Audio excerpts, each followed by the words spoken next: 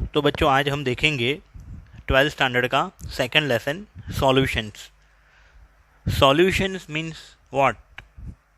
Before going solution आपको ये पता होना चाहिए कि हमारे आसपास जो भी मैटर है उसको कितने टाइप से क्लासीफाई किया जा सकता है। 11th स्टैंडर्ड में फर्स्ट चैप्टर में आ चुका था। Substance can be classified by pure substance and mixture.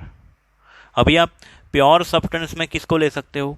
तो कि भी एलिमेंट को आप प्योर सब्सटेंस में ले सकते हो, कंपाउंड को आप प्योर सब्सटेंस में ले सकते हो। ठीक है, आपको एक एग्जांपल दूं। सपोज एक आइस क्यूब है। अभी वो अगर आइस क्यूब डिस्टिल्ड वाटर से बना हुआ है, 100% प्योर वाटर से बना हुआ है, तो each and every molecule consist H2O only. There is no other molecule rather than H2O, so we can say the ice cube is a pure substance.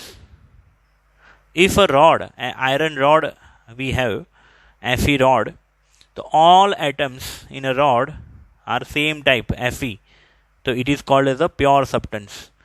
लेकिन हमारे डे टू डे लाइफ में हम सारे प्योर सब्सटेंस का इस्तेमाल नहीं करते।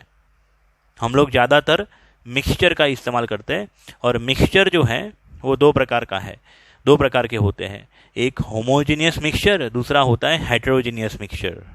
I repeat, homogeneous mixture and दूसरा होता है हेटेरोजीनियस मिक्सचर। अभी जो होमोजीनियस मिक्सचर होता है ना, in a homogeneous mixture compositions are uniformly mix throughout the mixture. Homogeneous mixture में क्या होता है, कंपोजिशंस जो होते हैं उनके वो एक दूसरे के साथ प्रॉपरली घुल मिल जाते हैं, प्रॉपरली यूनिफॉर्मली मिक्स हो जाते हैं। Such a homogeneous mixture are called as a solutions. It means homogeneous mixture का ही दूसरा नाम क्या है? सॉल्यूशन है। उसको अगर प्रॉपर डेफिनेशन हमें देनी है तो सॉल्यूशन की डेफिनेशन ये हो सकती है, a solution is a homogeneous mixture of 2 or more chemically non-reacting substances whose composition can be varied within certain limits। मतलब कि अगर आपने किसी को बोला नींबू शरबत, तो भाई नींबू शरबत के अंदर क्या क्या लगेगा, अंदर क्या क्या जाएगा, वो तो डिपेंड कर रहा है कि बनाने वाला क्या ऐड कर रहा है। किसी को शुगर ज़्यादा डालनी है तो डाल सकता है, किसी को नींबू का पानी ज़्यादा डालना है तो वो डाल सकता है, किसी को सॉल्ट ज़्यादा चाहिए कम चाहिए। मतलब कि है नींबू पानी, लेकिन डिफरेंट पर्सन उसके अंदर जो सॉल्यूट ऐड करेंगे, सॉल्वेंट ऐड करेंगे, उसकी मात्रा, कंपोजिशन क्या होंगी, अलग अलग होंगी। ठीक है, जबकि कंपाउंड में ऐसा नहीं होता है। कंपाउंड के अंदर क्या होता है, कंपोजिशन का जो प्रपोर्शन है वो फिक्स होता है। जैसे H2O, तो H2O में 2:1 का रेशियो है। और वो सब चीज़ें 11th स्टैंडर्ड में आप पढ़ चुके हो। अभी हम लोग को पढ़ना है सॉल्यूशन के बारे में, सॉल्यूशन की कुछ प्रॉपर्टी के बारे में, कुछ थियोरी, कुछ लॉस के बारे में। और ये chapter numerical point of view important रखता है कॉम्पिटिटिव एग्जाम में और बोर्ड के एग्जाम में भी। ठीक है, लेकिन न्यूमेरिकल से पहले आपको कुछ थियोरी क्लियर करनी होगी, कुछ उसकी टर्मिनोलॉजी, कुछ वर्ड आपको क्लियर करने होंगे, तभी जाके आपको न्यूमेरिकल अच्छी तरह से सॉल्व कर पाओगे। दूसरी बात तो डेफिनेशन हो गई सॉल्यूशन की। दूसरी बात है कि the diameter of particles in a solution is less than 10⁻⁹ metre. 10⁻⁹ metre means 1 nanometre से छोटे होंगी साइज डायामीटर की। पार्टिकल के डायामीटर 1 नैनोमीटर से छोटा होगा। ठीक है, दूसरी बात, every solution is made up of a solvent and 1 or more solute. मतलब कोई भी सॉल्यूशन को एक सॉल्वेंट होगा, एक सॉल्वेंट हमेशा ओनली 1 होगा, और सॉल्यूट जो है 1 or more सॉल्यूट होंगे। सॉल्यूट एक या एक से ज़्यादा हो सकते हैं। अभी एग्जाम्पल दिया नींबू पानी का, नींबू शरबत का, तो नींबू शरबत में पानी जो है वो सॉल्वेंट है, sugar, lemon juice, salt etcetera वो क्या है, सॉल्यूट। तो हमारे नींबू शरबत के अंदर पानी क्या हो गया, सॉल्वेंट, एक ही सॉल्वेंट। लेकिन पानी को छोड़ के बाकी जो भी हमने ऐड किया वो क्या है, सॉल्यूट। उसी प्रकार से एयर, हमारे आसपास जो एयर है एटमॉस्फेयर, वो एटमॉस्फेरिक एयर के अंदर नाइट्रोजन सबसे ज़्यादा है, तो नाइट्रोजन क्या हुआ, सॉल्वेंट। उसको छोड़ के बाकी सारे गैस जो है, oxygen, CO2, water vapour, pollution gas, वो सब क्या है, सॉल्यूट। ठीक है, लेकिन ये चैप्टर के अंदर हम बाइनरी सॉल्यूशन के बारे में पढ़ने वाले हैं। तो कि सर ये बाइनरी सॉल्यूशन क्या है? A solution containing only one solute dissolve in a one solvent is known as a binary solution. मतलब कि ऐसा सॉल्यूशन कि जिसमें एक ही सॉल्यूट हो, सॉल्वेंट तो एक ही होगा, तो दो चीज़ें होगी, एक सॉल्यूट एक solvent. Such a solution is known as a binary solution, it have only two component. अभी यहाँ पे मैं बार बार दो वर्ड बोल रहा हूँ, solute solvent, solute solvent.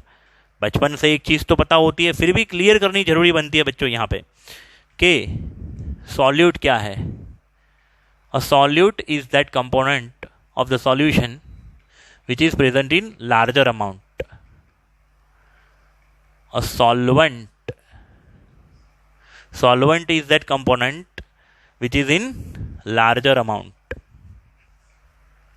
Solvent कौन होता है? जो ज़्यादा क्वांटिटी में होता है, ठीक है। A solvent is a component of a solution which is present in a larger amount by mass than the other component termed as a solute. मतलब दूसरा कंपोनेंट जो है वो सॉल्यूट है और उसकी कंपेयर में जो ज़्यादा मात्रा में होता है उसको हम बोलते हैं सॉल्वेंट, ठीक है।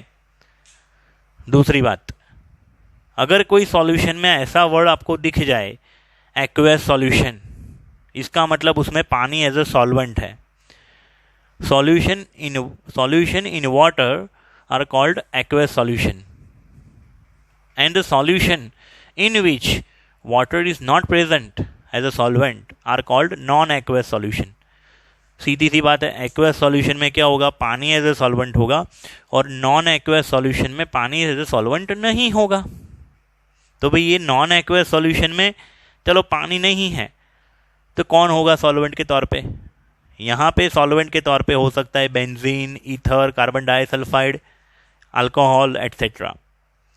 ओके, हमारे डे टू डे लाइफ के अंदर हम काफ़ी सारे सॉल्यूशन का इस्तेमाल करते हैं। The use of particular solution in everyday life depend upon its composition. जैसे कि हम ढेर सारे Alois, mixture of metals use करते हैं, एलॉयस।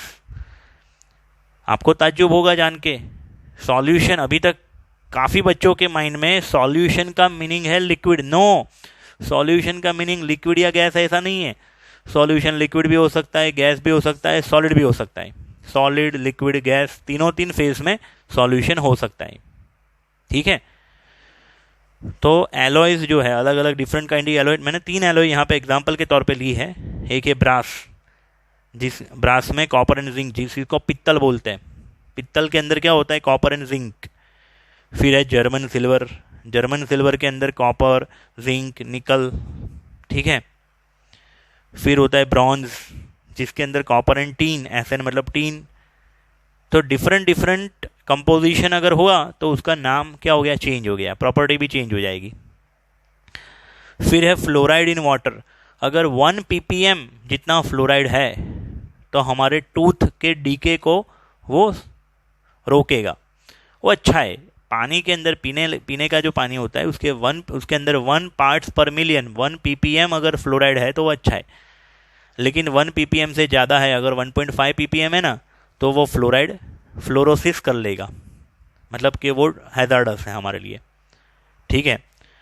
फिर और इसीलिए हम ऐसे मिनरल को कंट्रोल करने के लिए, ऐसे ढेर सारे मिनरल्स होते हैं पानी के, पीने के पानी में, वो कंट्रोल करने के लिए ही हम RO सिस्टम का इस्तेमाल करते हैं।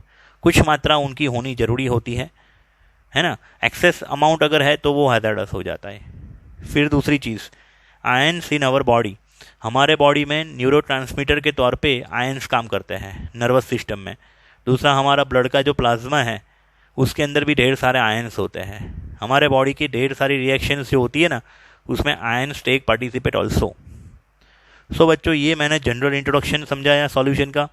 आगे जाते हैं नेक्स्ट टॉपिक के ऊपर।